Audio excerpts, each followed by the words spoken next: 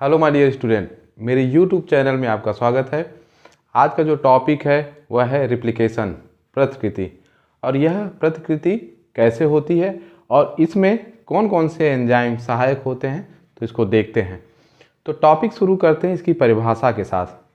अगर हम बात करते हैं प्रतिकृति, जिसे इंग्लिश में रिप्लिकेशन कहते हैं, उसकी जो परिभाषा होती है कि जब एक डीएनए का सूत्र अपनी जैसे दो डीएनए के सूत्र का निर्माण कर लेता है, तो यही प्रक्रिया क्या कहलाती है? प्रतिकृति कहलाती है। आप फिगर में भी देख रहे होंगे कि एक डीएनए से दो डीएनए का निर्माण हो जाता है, तो यह प्रक्रिया प्रतिकृति कहलाती है।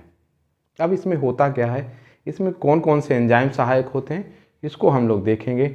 लेकिन सबसे महत्वपूर्ण बात, अगर आप फिगर में ध्यान से देख रहे होंगे, तो इसमें जो पहला डीएनए है, जब वो अलग होके दो नए सूत्रों का निर्माण करते हैं, तो नीचे बने जो डीएनए सूत्र होते हैं, इसमें एक जो उसका रज्जु की स्ट्रैंड होता है वह पुराना डीएनए का होता है और एक नया बनता है। इसी प्रकार एक पुराना होता है और एक नए होते हैं।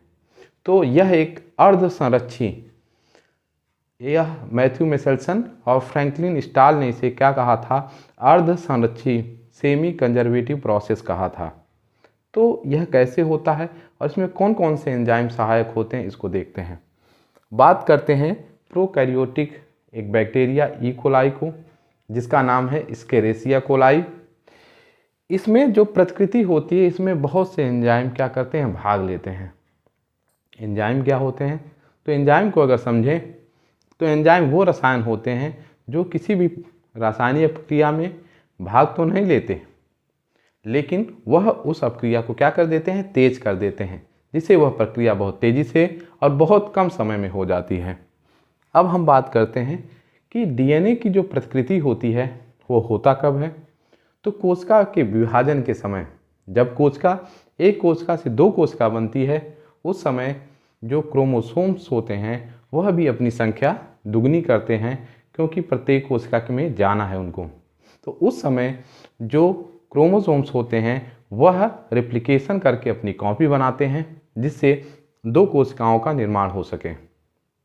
अगर हम बात करते हैं कि जो डीएनए के जो धागे होते हैं वो उलझे हुए होते हैं, और उन डीएनए के सूत्रों को खोलने के लिए जो सबसे महत्वपूर्ण एंजाइम है वो क्या है? Topoisomerase enzyme. यह क्या करता है कि देखिएगा, ये क्रोमैटिन धागे होते हैं। इन धागों से जब डीएनए को बाहर निकाला जाता है, तो उस डीएनए को सीधा करने के लिए उनके बीच जो आपस में वो डीएनए सूत्र फंसे होते हैं, यह टोपोआइसोमरेज एंजाइम उस डीएनए सूत्र को सीधा कर देता है। अब उसके आगे की प्रोसेस शुरू होती है। डीएनए में जिस स्थान पर प्रतिकृति की शुरुआत होती है उसे प्रतिकृति स्थल कहते हैं। अब जो डीएनए का सूत्र खुल गया, अब खुलने के बाद वहाँ पर रेप्लिकेशन की प्रक्रिया शुरू होगी, यानी जो डीएनए के दोनों रज्जुक आपस में जुड़े हुए हैं अब वो अलग होंगे और उसमें दो नए रज्जुकों का निर्माण होगा। लेकिन वह जिस स्थान पे शुरू होते हैं उसे हम क्या कहते हैं? प्रतिकृति स्थल, ओरिजिन ऑफ रेप्लिकेशन कहते हैं। अब इस ओरिजिन ऑफ रेप्लिकेशन में ऐसी क्या विशेषता होती है जिसके कारण रेप्लिकेशन वहाँ से शुरू होता है? तो यहाँ हम समझते हैं कि डीएनए हेलिकेज एंजाइम, यहाँ पे ये दूसरा एंजाइम डीएनए हेलिकेज, इसका नाम याद रखिएगा। यह एंजाइम क्या करता है? एटीपी की सहायता से हाइड्रोजन बंधों को तोड़ते हैं। ATP means adenosine triphosphate.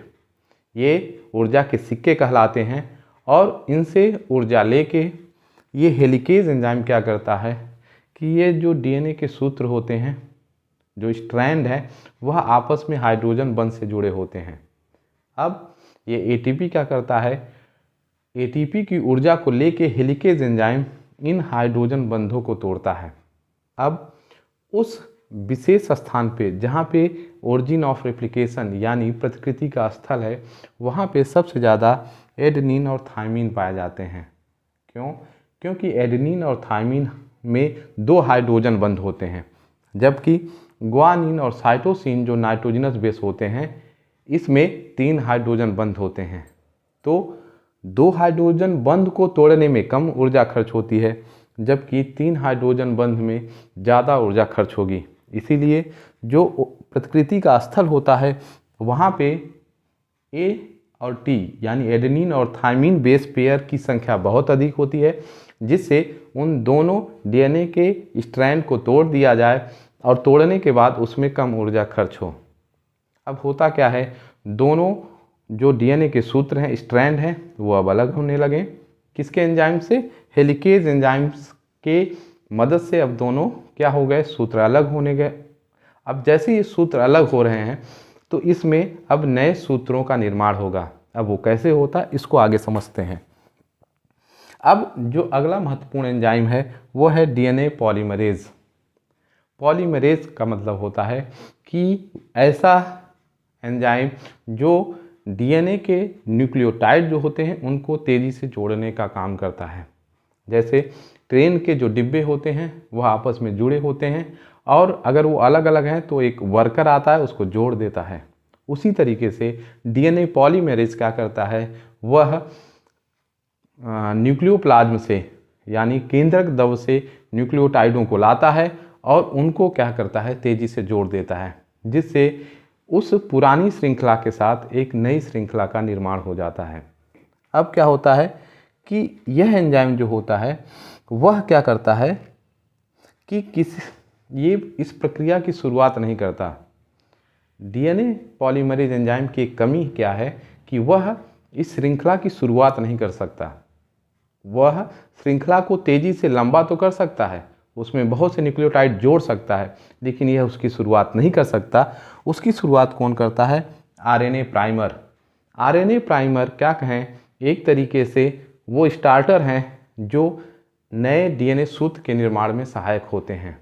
अब ये क्या होता है, यहाँ ध्यान से समझते हैं कि जब डीएनए के पुराने सूत्र आपस में अलग हो गए, जिसकी दिशा क्या होती है, 3' से 5' है, वहाँ पे सबसे पहले एक आरएनए प्राइमर आके जुड़ता है। आरएनए प्राइमर एक आरएनए का टुकड़ा है जिसको बनाता कौन है, आरएनए प्राइमेज एंजाइम की सहायता से यह आरएनए प्राइमर बनता है। और ये क्या करता है, यह नई श्रृंखला की स्टार्टिंग करता है। जैसे आप लटाई बम देखें या गैस चूल्हे को आप माचिस से जलाते हैं, तो जैसे माचिस जलाए और गैस जलने लगा, अब उसकी उपयोगिता खत्म हो गई माचिस की। उसी तरीके से आरएनए प्राइमर क्या करता है कि डीएनए की श्रृंखला की शुरुआत करता है। उसके बाद आता कौन है, डीएनए पॉलीमरेज एंजाइम, और वह तेज़ी से न्यूक्लियोटाइड को जोड़ के उस पुरानी श्रृंखला के साथ एक नई श्रृंखला का निर्माण करता है। आप फिगर में जैसे देख रहे होंगे। अब क्या होता है, यह डीएनए पॉलीमरेज एंजाइम बहुत तेज़ी से बेस पेयर को जोड़ता है और वह 1 सेकेंड में, आप समझ सकते हैं, 1 सेकेंड में 2000 से ज़्यादा बेस पेयर को क्या करता है, जोड़ देता है। अब इसी स्पीड के साथ तेज़ी से क्या होता है, डीएनए के न्यूक्लियोटाइड आपस में जुड़ते हैं, लेकिन वह किस दिशा में जुड़ते हैं इसको समझते हैं। यह एंजाइम डीएनए न्यूक्लियोटाइड को एक दिशा 5'3 की ओर जोड़ता है। अब हम बात करते हैं कि इस दिशा का क्या मतलब होता है। अगर हम फिगर में देखते हैं तो जो डीऑक्सीराइबोन्यूक्लियोटाइड होते हैं वह 3 चीज़ों से मिलकर बने होते हैं। एक डीऑक्सीराइबोज शुगर, दूसरा नाइट्रोजनस बेस, और जो तीसरा है वो फास्फेट। ये जब तीनों मिल जाते हैं तो वह क्या कहलाते हैं, न्यूक्लियोटाइड।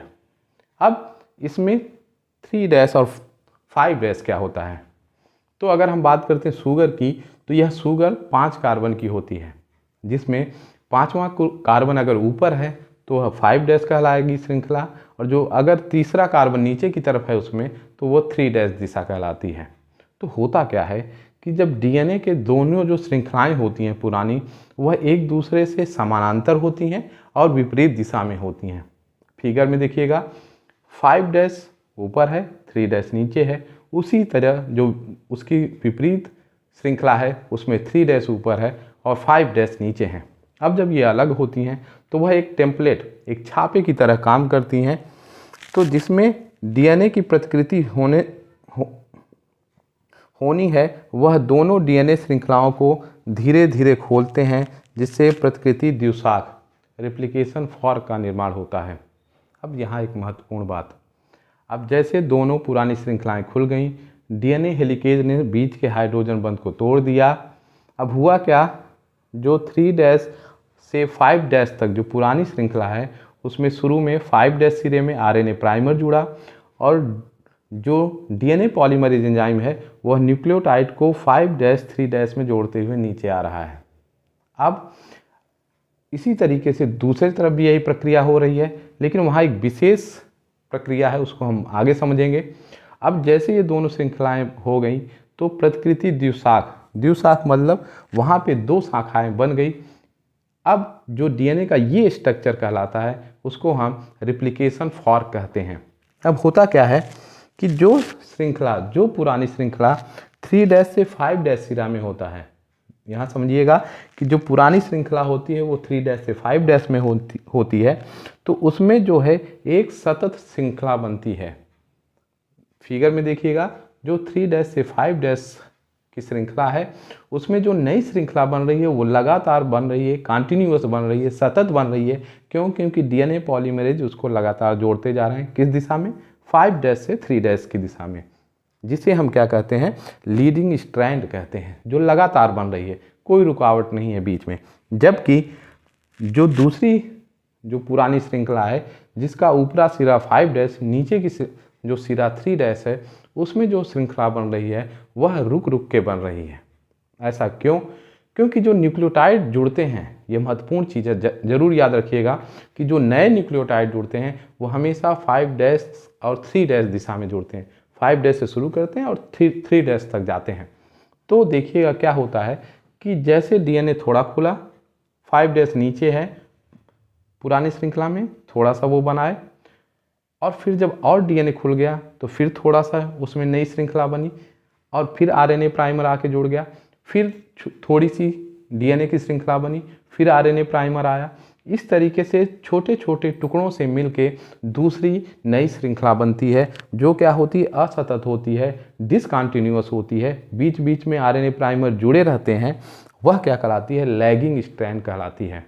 और इस स्ट्रैंड को सबसे पहले किसने देखा था? ओकाजाकी नामक वैज्ञानिक ने देखा था। इसीलिए इस श्रृंखला को हम ओकाजाकी श्रृंखला भी कहते हैं।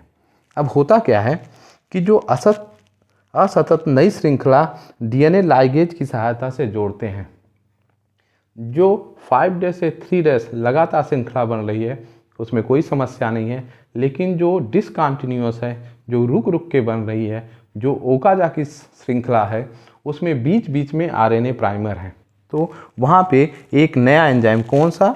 DNA ligase enzyme. ये क्या करता है? बीच बीच के आरएनए प्राइमर्स को क्या कर देता है?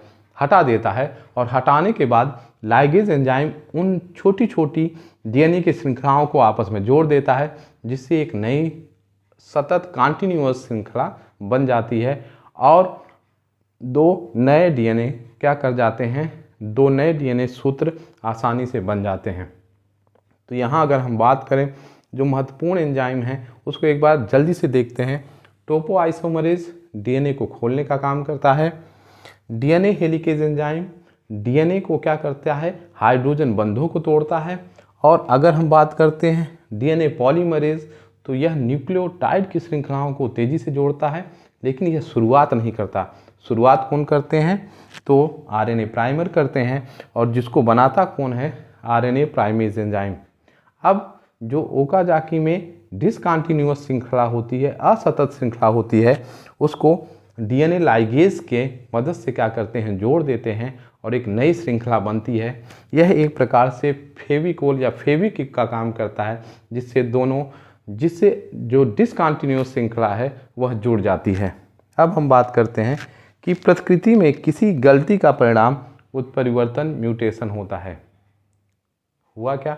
रिप्लिकेशन हो रहा है, न्यूक्लियोटाइड जुड़ रहे हैं, लेकिन अगर यहीं कहीं पे न्यूक्लियोटाइड के क्रम बदल गए, उनकी संख्या बदल गई या उनके खंड आपस में बदल गए, तो उससे आनुवांशिक लक्षण क्या हो जाते हैं? बदल जाते हैं। और जो अगली पीढ़ी को में क्या करते हैं? म्यूटेशन यानी उत्परिवर्तन करते हैं। उत्परिवर्तन की परिभाषा क्या होगी कि किसी भी जीव में अचानक होने वाले परिवर्तन को हम म्यूटेशन या उत्परिवर्तन कहते हैं।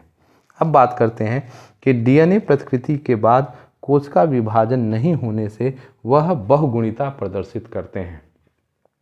बहु माने अधिक, गुणिता माने उनका कई गुना होना। ये क्या होता है? यदि हम मान लेते हैं कोई कोशिका है जिसमें 2 गुणसूत्र हैं। अब जब 2 गुणसूत्र हैं, कोशिका विभाजन के लिए तैयार हो गई और जैसे उसमें रेप्लिकेशन हुआ और वह कोशिका क्या हुई, 2 से उसमें 4 गुणसूत्र हो गए। ध्यान से समझिएगा। अब उसमें 2 से जब 4 गुणसूत्र हो गए तो अब वह कोशिका क्या करती है, केंद्रक तो विभाजित होकर बन गए 4 गुणसूत्र, लेकिन वह कोशिका विभाजित होकर एक कोशिका से 2 कोशिका नहीं बनी। अब वो जब जिसमें 2 गुणसूत्र थे, अब उसमें क्या हो गए, 4 गुणसूत्र हो गए। तो वह क्या हो गया, एक सेट गुणसूत्रों का बढ़ गया। और यही गलती अगर दोबारा हो जाए तो उसमें 2 सेट बढ़ जाएंगे, 6 गुणसूत्र हो जाएंगे। तो उसमें अब गुणसूत्रों की संख्या कई गुना हो गई। तो यही प्रोसेस क्या कहलाती है, बहुगुणिता। इसको इंग्लिश में पॉलीप्लॉइडी कहते हैं। तो यहाँ तक यह सारा वीडियो था रेप्लिकेशन के बारे में। तो आपको कैसे लगा ज़रूर बताइएगा।